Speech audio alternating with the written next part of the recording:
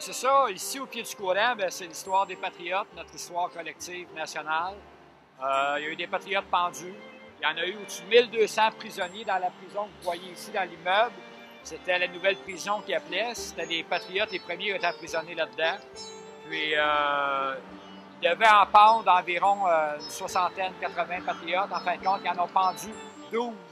L'échafaud était au-dessus du mur que vous avez vu. Puis, le 21 décembre, ils en ont pendu 2.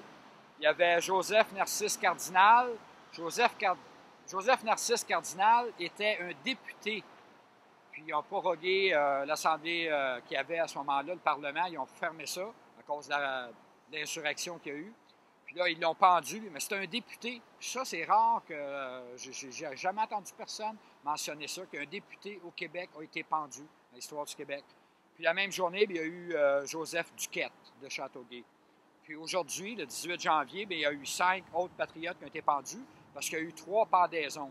Alors, c'est 12 au total, 5 aujourd'hui. En 1800, au mois de décembre, 21 décembre, Cardinal puis Duquette, c'était en 1838. Puis le 18 janvier 1839, il y a eu Pierre Théophile Decoigne, il y a eu François-Xavier Hamelin, Joseph Marie Robert, Ambroise Sanguinette, Charles Sanguinette qui ont été pendus. C'est pour ça que je suis ici aujourd'hui pour commémorer ça, ce fait-là. Il y a également le 15 février, les 5 derniers patriotes pendus. Il y a eu Amab Daunet, Charles Hindelang, Pierre-Rémy Narbonne, François Nicolas, puis François-Marie Thomas Chevalier, dit Chevalier de Lormier, qui a été pendu ici le 15 février 1839. Puis Pierre-Rémy Narbonne était veuf. Il avait 2 enfants. Puis quand il a été pendu, les enfants sont devenus des orphelins. Puis ces dates-là, c'était pas pour rien qu'il avait choisi ça le 21 décembre, 4 jours avant Noël, au mois de janvier, puis février, le 15 février. C'était des dates pour eux qui devaient être importantes, mais c'est ça, c'est qu'il y a eu juste 12 pendus. Alors, heureusement. Puis les autres qui devaient être pendus ont été déportés en Australie au mois de septembre de l'année de 1839. Alors, il y en a eu 58 patriotes déportés en Australie. Ça leur a pris 5 mois, 1 jour à se rendre. Au Canada, ça, c'est très peu connu. Même les gens en Ontario puis dans le reste du Canada ne savent pas ça de leur propre histoire. C'est qu'il y en aurait eu 20 patriotes pendus à Kingston. Puis également, il y a eu 80 déportés du Haut-Canada. Nous autres, on en a eu 58, mais eux autres en ont eu 80. C'est mentionné nulle part, ça, dans leur histoire nationale du Beau-Canada. Puis c'est ça, même en 1938, le premier ministre du Canada a fait ériger au Chute Niagara un arche, genre arche de triomphe comme à Paris, mais c'était pour la liberté, pour la démocratie. Il a fait ériger ça au Chute Niagara, à côté des chutes. Dans un projet du centenaire du Canada, en 1967, ils ont démoli l'arche. Ils ont pris toutes les pierres, tout ça, puis ils ont été mettre ça au dépotoir pour faire plus de places de stationnement. Alors, c'est ça la démocratie, c'est ça la liberté qu'on a ici dans ce si beau pays du Canada. Un Canadien errant, banni de ses foyers, parcourait en pleurant des pays étrangers, parcourait en pleurant des pays étrangers. Un jour triste et pensif, assis au bord des flots, au courant fugitif, il adressa ces mots. Au courant fugitif, il adressa ces mots. Si tu vois mon pays malheureux, va dire à mes amis que je me souviens d'eux. Va dire à mes amis que je me souviens d'eux.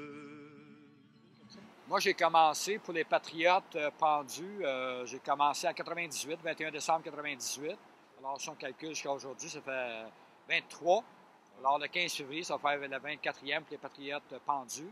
Ensuite, j'ai organisé 3 vigiles pour les Patriotes déportés en Australie. Sur les Patriotes déportés en Australie, il y a 5 ans quand j'ai commencé ça, ça faisait au-dessus de... Un historien m'a dit que ça faisait au-dessus de 100 ans qu'il n'y avait rien eu sur les Patriotes déportés en Australie. J'étais le premier à le faire. Puis habituellement, on part d'ici, puis on marche jusqu'au Vieux-Montréal. Puis, mais là, cette année, les itinéraires vont changer. Ensuite, c'est moi qui ai été le premier à faire aussi les vigiles pour Louis Riel, il y a 6 ans. Alors, le grand patriote Riel, le grand patriote métis, là. Puis, le 21 janvier, dans quelques jours, dans 3 jours, je vais également faire une autre vigile, mais cette fois-ci à la place de l'Indépendance. Okay. Les gens ne savent pas qu'au Québec, à Montréal, il y a une place de l'Indépendance. Oui, on en a une.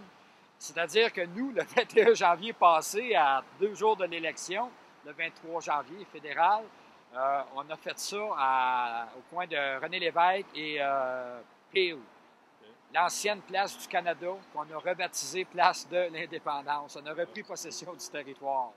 Alors, cette année, le 21 janvier, moi, je vais être environ de midi à 2 heures à la place de l'Indépendance, avec le drapeau du Québec. On reprend possession du territoire, puis on nomme une place de l'Indépendance pour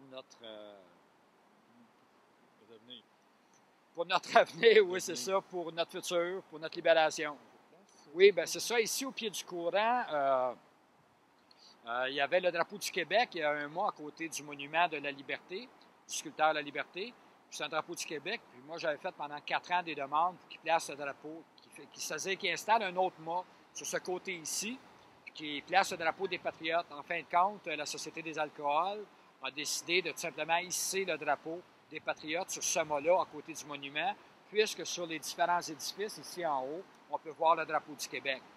Alors, c'est très apprécié. Puis, je remercie la Société des alcools de Montréal d'avoir su conserver le site ici. Parce que normalement, le mur et la prison devaient être démolis pour que l'autoroute soit droite. Parce qu'elle fait une courbe ici. Ça, c'est un historien qui était architecte à la Ville de Montréal qui s'était objecté à ça, de démolir justement le site ici. C'est pour ça qu'on a encore ces beaux monuments-là.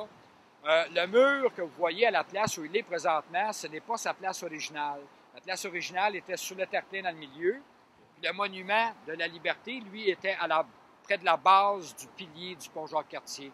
Alors, quand ils ont fait tout le réaménagement, ici, la construction de la rue Notre-Dame qu'on connaît aujourd'hui, bien là, ils ont tout déplacé ces monuments-là pour qu'on puisse les conserver puis garder ça dans notre mémoire collective.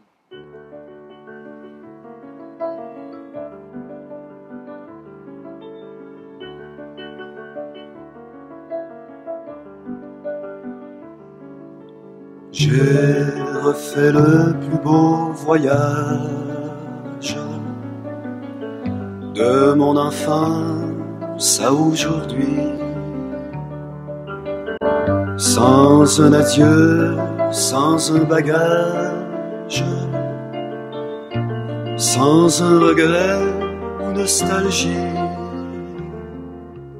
J'ai revu mes appartenances, mes 33 ans et la vie. Et c'est de toutes mes partances le plus heureux flash de ma vie.